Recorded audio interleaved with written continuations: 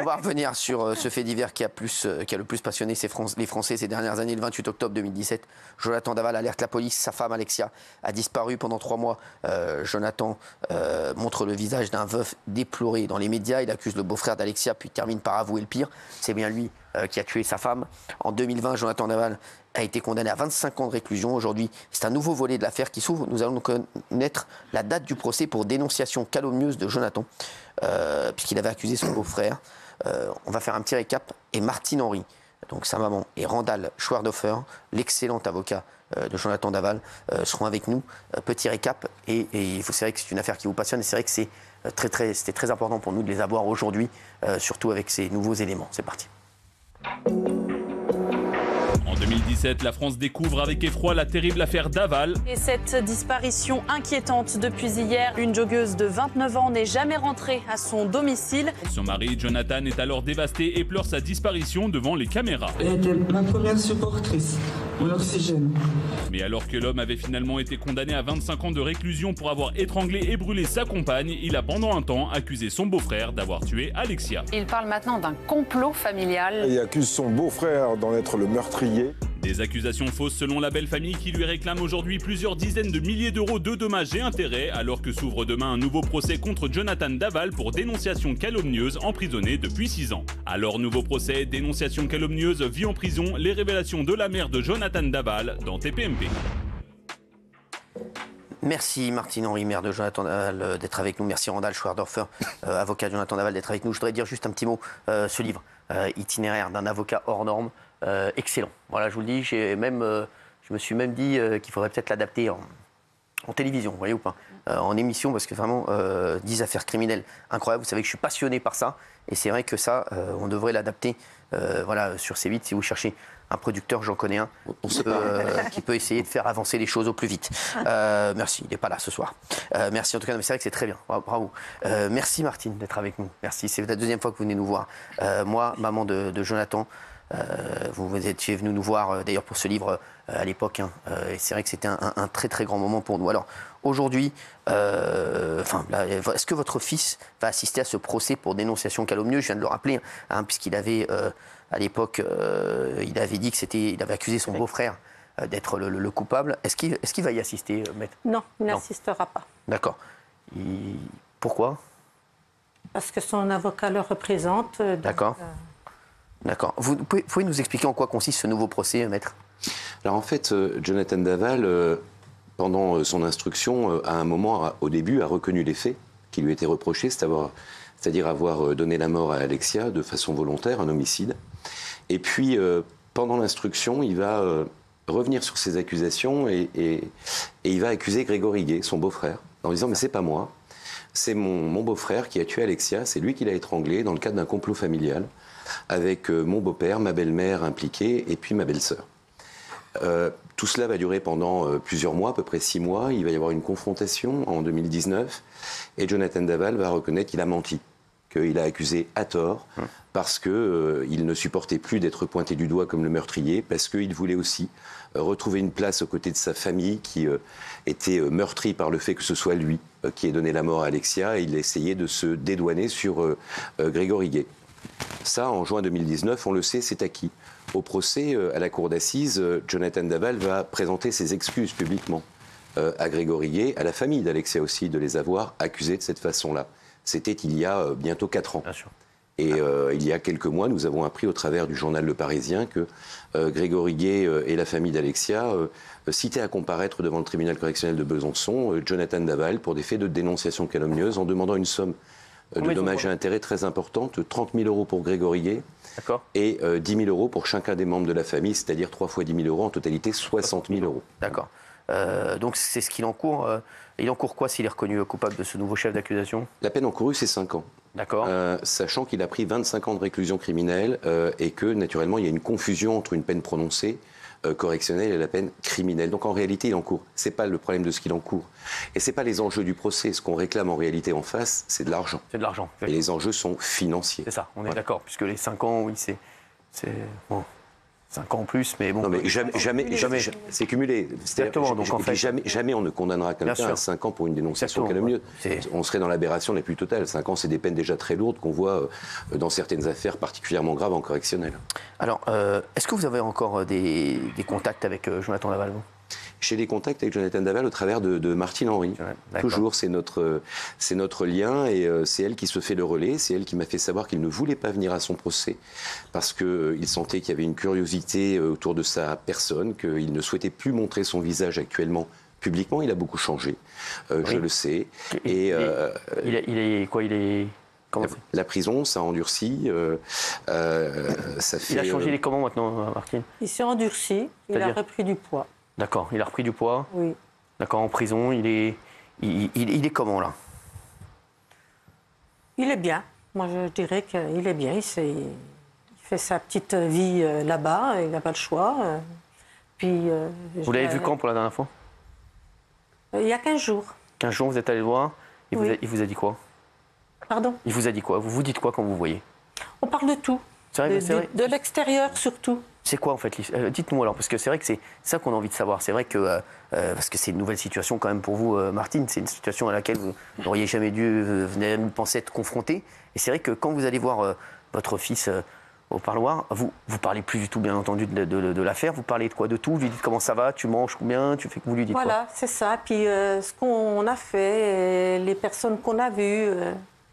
D'accord, vous lui dites voilà ce que vous avez fait dans la semaine. Voilà. Vous lui donnez des nouvelles de la famille? Oui.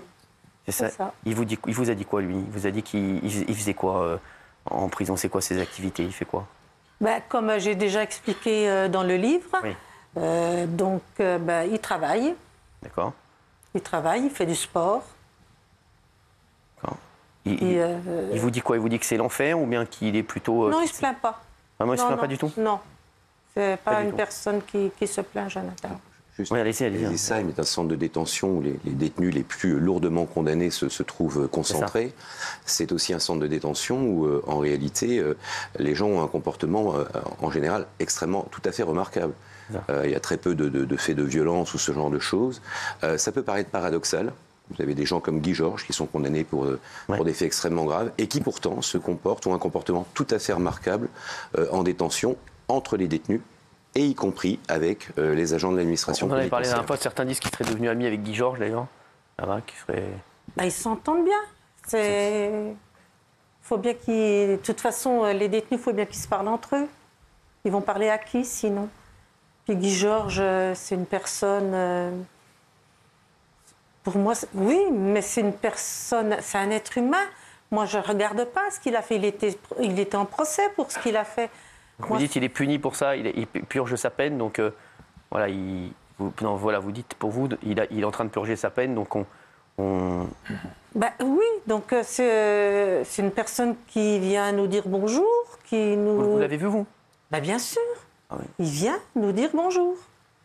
Il vient vous dire bonjour, donc quand vous allez voir Jonathan, il vient vous dire bonjour. Il vient toujours nous dire bonjour, il nous demande comment on va, ça peut choquer, mais... C'est un être humain. Justement, Martine, moi j'ai une question à vous poser parce que je suis sûr que c'est dans votre vie de tous les jours. Est-ce que les gens de votre entourage, est-ce que les gens que vous avez côtoyés avant, est-ce qu'ils vous parlent plus de ça ou est-ce qu'ils vous en parlent plus du tout? Ils m'en ont jamais parlé. Jamais. Et les gens, est-ce qu'ils ont changé avec vous ou pas du tout? Non, comme j'ai dit dans mon livre, les gens n'ont jamais. Non, je n'ai jamais eu de soucis. Vous n'ont jamais jugé? Vos amis sont restés toujours près de vous? Oui. Les amis que vous aviez avant? Pareil. Ils n'ont jamais jugé non. Passer Non. Ouais. Et Jonathan, quand vous allez le voir, il vous demande des nouvelles de la famille, des gens qu'il n'a pas vus depuis longtemps, etc. Il vous dit quoi? Disons que la famille, il les voit assez souvent. Et puis, ils viennent beaucoup le voir aussi? Pas autant que nous, mais ils ont une place quand même. Et puis, ils nous demandent, les voisins, s'ils vont bien. Et puis, comme les voisins, ils nous demandent tout le temps aussi des nouvelles de Jonathan et qu'ils leur passent le bonjour. C'est la vie comme ça maintenant. Vous lui avez déjà fait la morale sur ce qu'il a fait ou pas du tout? Jamais? Pourquoi y faire la morale? Jamais sur ce qu'il a fait? Ou jamais? Pourquoi lui faire la morale? Ce qui est fait est fait. Le procès est fait.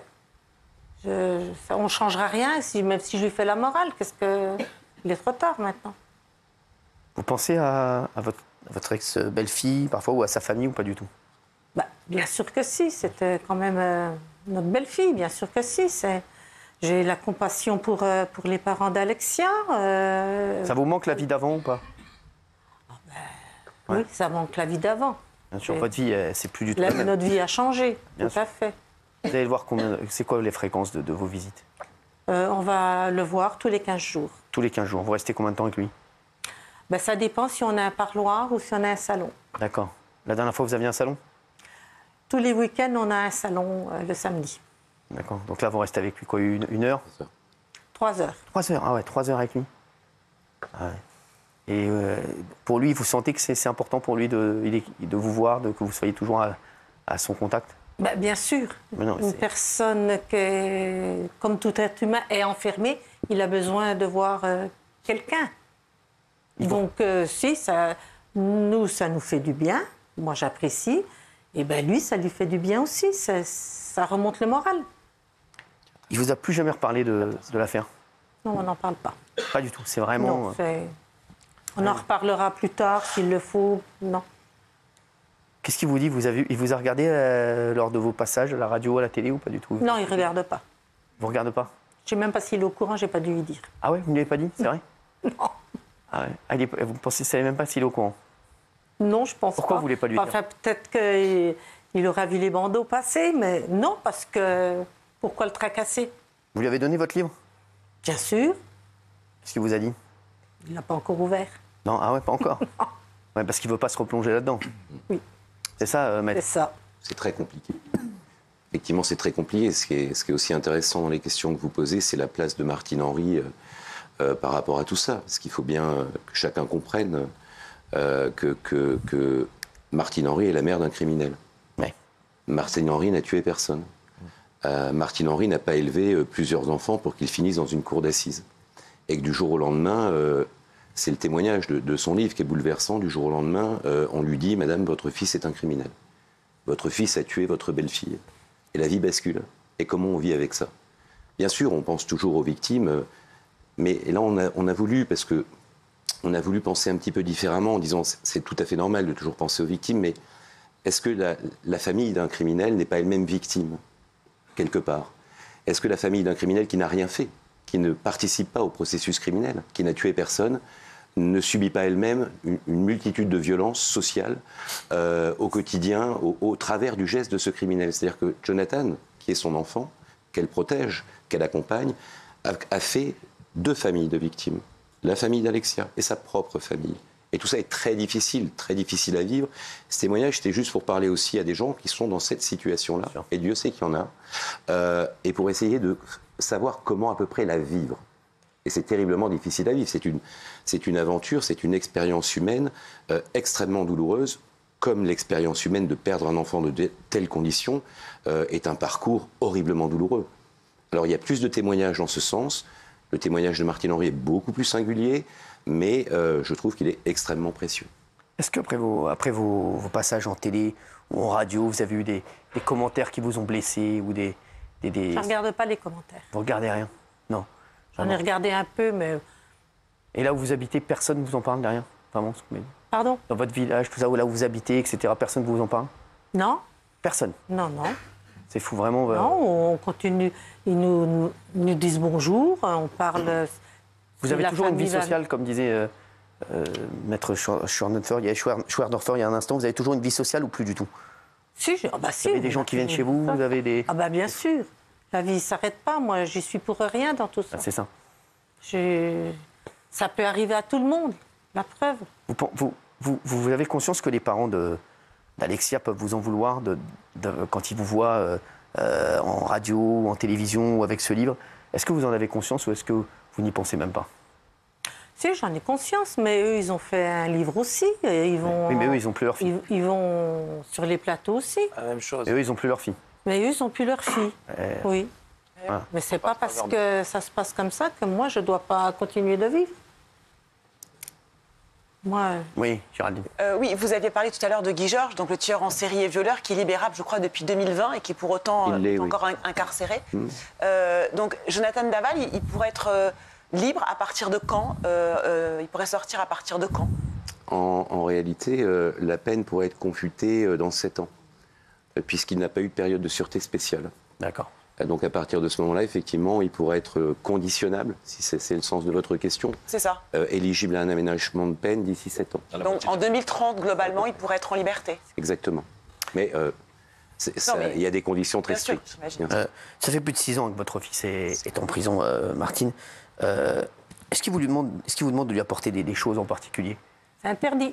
Interdit. Ah ben, en prison, maison centrale. Et votre livre quand même, votre livre.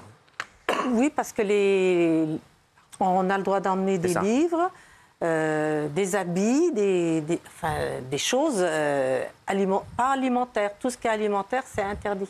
Alors, l'année dernière, il y a des journalistes qui avaient annoncé que votre fils aurait trouvé l'amour en prison. Est-ce que vous êtes au courant? Vous avez dit que c'était une énorme bêtise, ça? Ce que vous aviez dit la dernière fois, non? Oui. Ouais, De toute façon, il fait ce qu'il veut. Il fait ce qu'il veut. S'il veut être avec un homme ou une femme, c'est son problème. Il ne vous en parle pas? C'est pas vrai. Donc on en a parlé, mais on n'en parle plus. D'accord. Vous lui avez demandé quand même? Ah bien sûr. Ah d'accord. Oui, on en a parlé. Il dit si des fois c'est vrai, dis-moi-le. On ne te jugera pas, on t'accepte. Bien sûr. Bien sûr. Comme ça. Non, c'est pas vrai. Vous l'aimez, votre fils Saint-Jean? C'est normal qu'une maman aime ses enfants. Non, mais vous, c'est vrai que on sent quand même un amour incroyable pour votre fils. Quand vous avez appris ce qu'il avait fait, quand il... Vous êtes dit quoi? La première seconde, vous êtes dit quoi? C'est pas lui. J'ai jamais accepté. Jamais accepté. J'ai accepté maintenant. Maintenant, je peux dire que je suis la maman d'un criminel. D'accord.